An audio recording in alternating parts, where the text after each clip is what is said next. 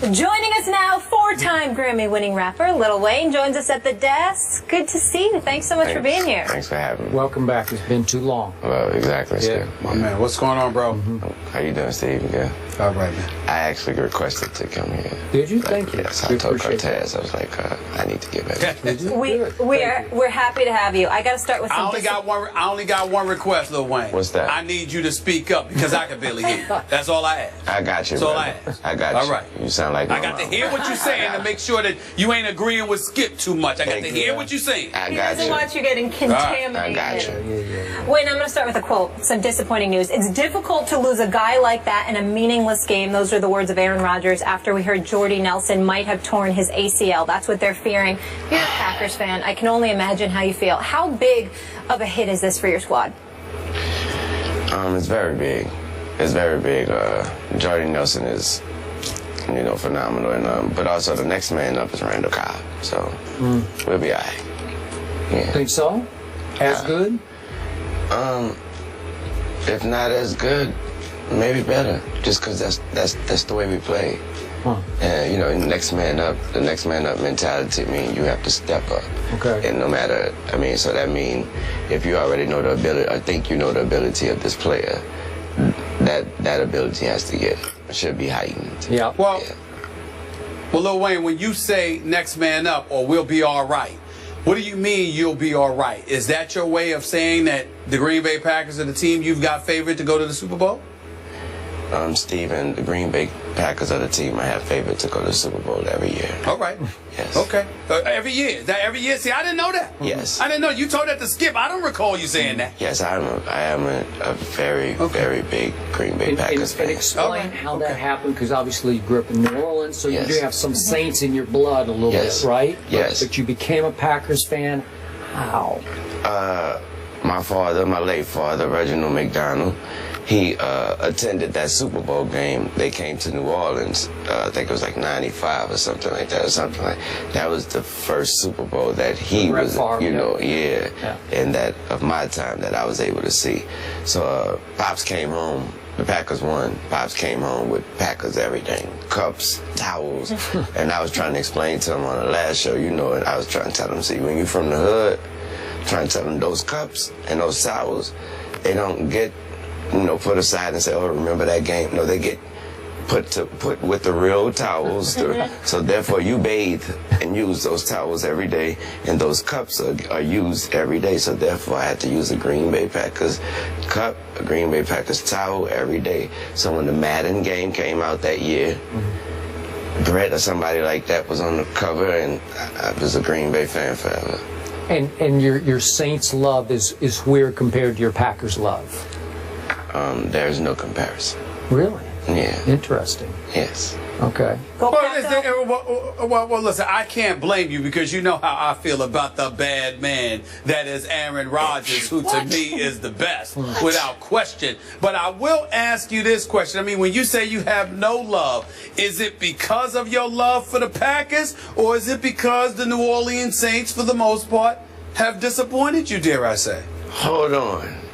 I did not say. You didn't say no love. I have no love. I asked. It's a question. It's a question. I said there was no comparison. Now, if you want me to elaborate on that, I'll do so. Okay. What I meant was, there's no comparing the two. I'm a Green Bay Packers fan when it comes to sports, and when it comes to loving your sport, this is my sport. I'm a Green Bay Packers fan, and then there's no comparing it because of at heart, I'm going to represent the Saints because that's hometown. But when it comes to sports, laying it down on the line, I'm a Packers fan. How much flack over the years have you taken from New Orleans residents over that stance that you just espoused? I don't take a lot because the Packers always been good. Yes. Okay. Yeah, so when you like a team that ain't doing it, then of course I'm a Laker fan. So obviously you know what I hear now. So yeah. We'll get into that later. We will definitely get into that.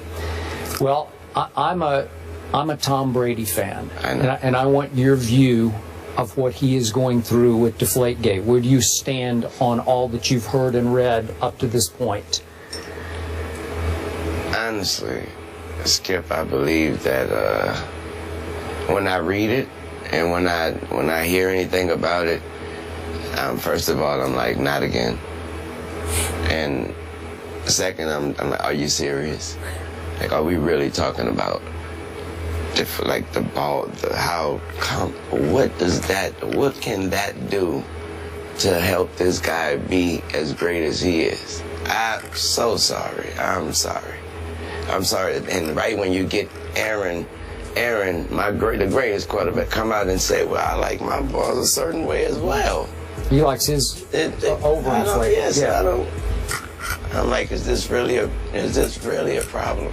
Something that we should be talking about. So you think it's a bad look for the NFL? It's 2015. There ain't nothing the NFL could do about it. As soon as something get out, it's out. And we're going to speculate, we're going to scrutinize, it's out. How do you think it will end? I just think it'll blow over. I don't know what would the consequence with all that would be. I just think as far as the media and the general it'll blow over. We'll get tired about it. We'll get or a new story. Once the season start, there goes the real stories. Yeah. Okay. Well, I do have a question. I know you are of the position, are you kidding me? What does that have to do with Tom Brady's greatness? And I totally agree with you. I know. But I would ask this question. Do you believe that Tom Brady knew nothing about the footballs being deflated? I don't believe that. I don't believe You don't believe what?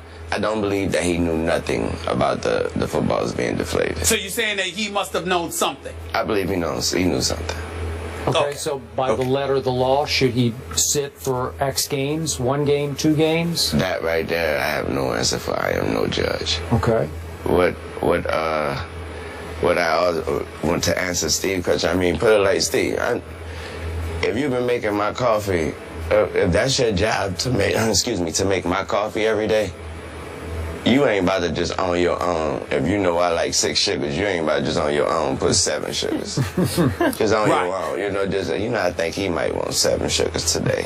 So in other words, if those footballs were being deflated and those equipment managers or whomever it was decide that they're going to deflate the footballs, you're not trying to hear that they did something that he did not know they were doing. I pulled somebody aside and told him, I think I might want it a little sweeter.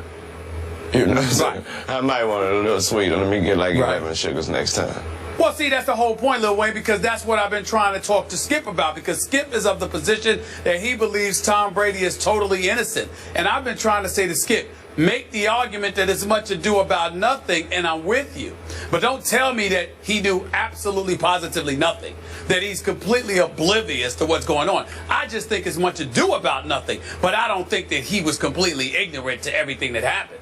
I stand. Okay, well, I don't. I think he knew absolutely nothing. Now, to use your analogy, what if your manager Cortez decided to put 7 or 8 sugars in your coffee because he thought that was best for you?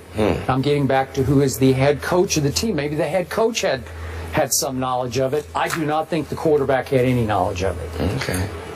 Does that make sense? For you. For me. Yeah. Okay. All right.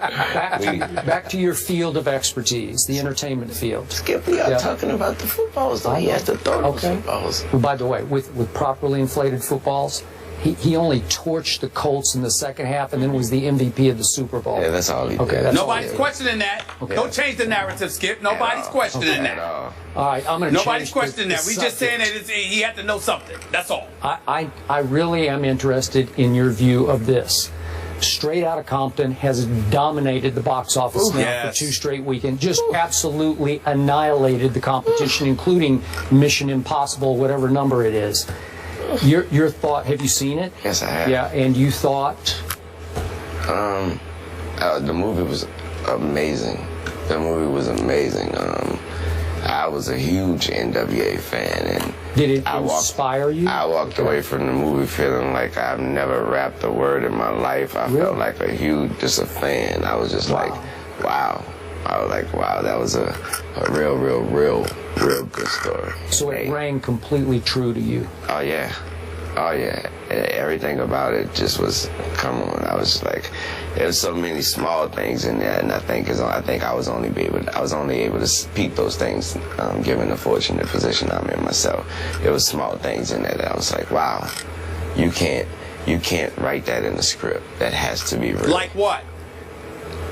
To me, a small thing like when the Rodney King thing, when Eazy-E was sitting next to his woman, and he was watching the verdict for the cops, he cried. I said, that's something that's so specific that I'm not gonna tell them, hey, make sure I cry when the cops get a verdict on it. I believe that had to happen. He may have not cried, but he had to have some kind of feeling. With that said, at that time, if you would have asked me, do you think Eazy-E care about the verdict, I would have said no. I don't think he know what the verdict is. You know?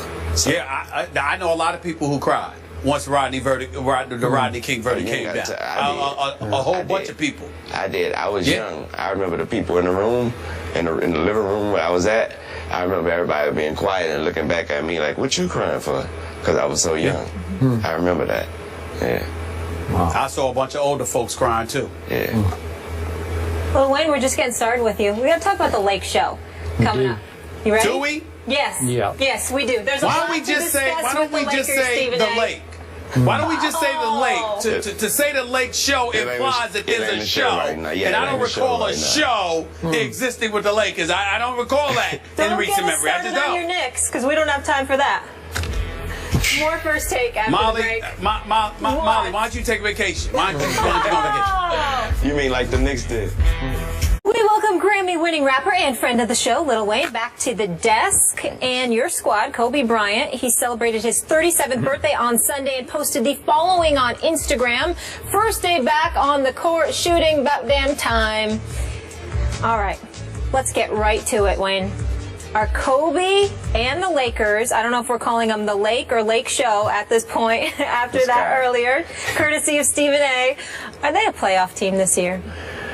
I definitely see them as in the West, the Wild Wild West. The Wild Wild West, but I definitely see them as trying their hardest, you know.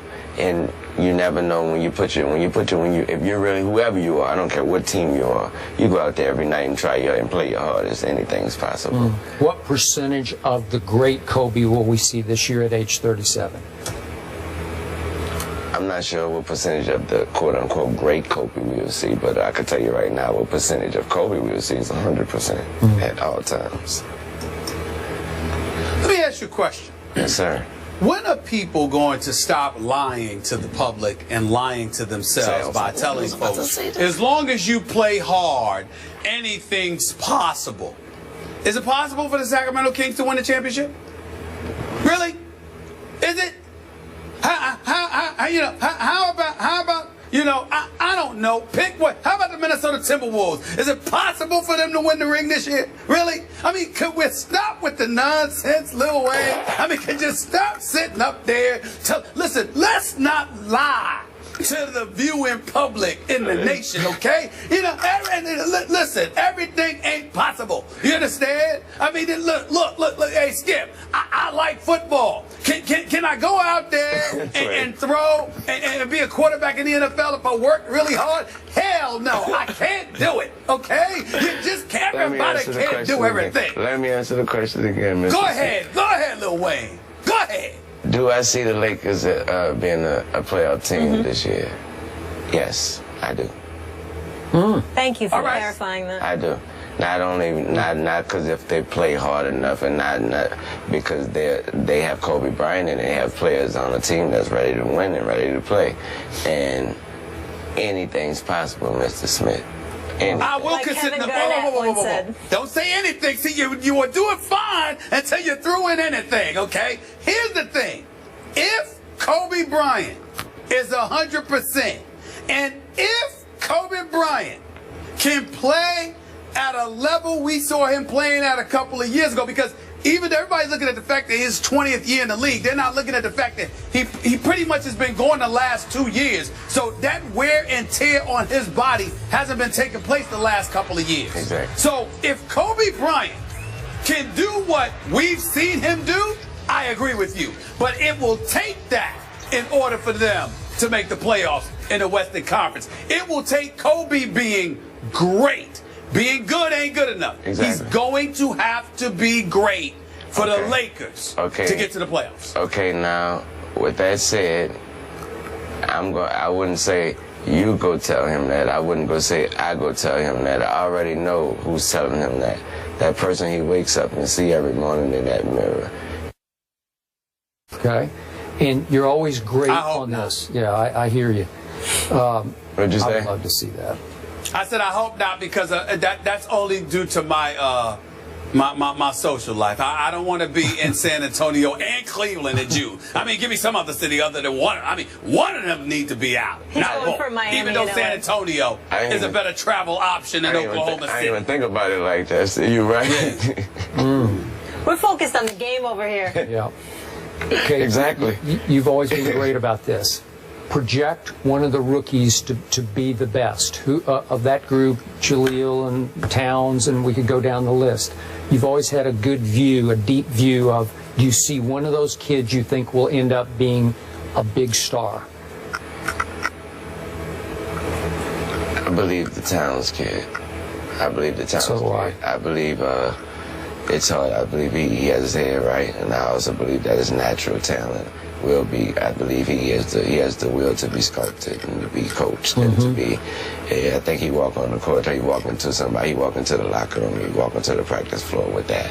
I don't know what I can do, Coach. You show me what I can do. So see, the Timberwolves could win it all next year, right? No, I just told you he can be great. Yeah. He was just teasing, because anything is possible. Yeah. Hey, Stephen A. Anything is not possible. Stop that. Teasing. You know, I We kind of miss like you. Come in DeMarcus studio, Cousins. would you? I don't know. DeMarcus I love Cousins. DeMarcus Cousins is the Yes. best big man in basketball. You got it. DeMarcus Cousins is the best big man in basketball. It ain't about him. But I didn't mean to even say Sacramento. I was actually thinking Minnesota. Okay. Little Wayne, thank you so much for being here with Thanks us. for We having me. appreciate All it. right, way to go. By the way, Flip Saunders, God bless him. Hope he restores, Exactly. gets back to 100% health. But Sam Mitchell needs to be the head coach for that team. Flip Saunders needs to go upstairs and be the president. Fair enough. Just a thought. After the break, USC head coach Steve Sarkisian is in hot water after some comments he made recently. You'll hear what he had to say when we come back. This is First Take.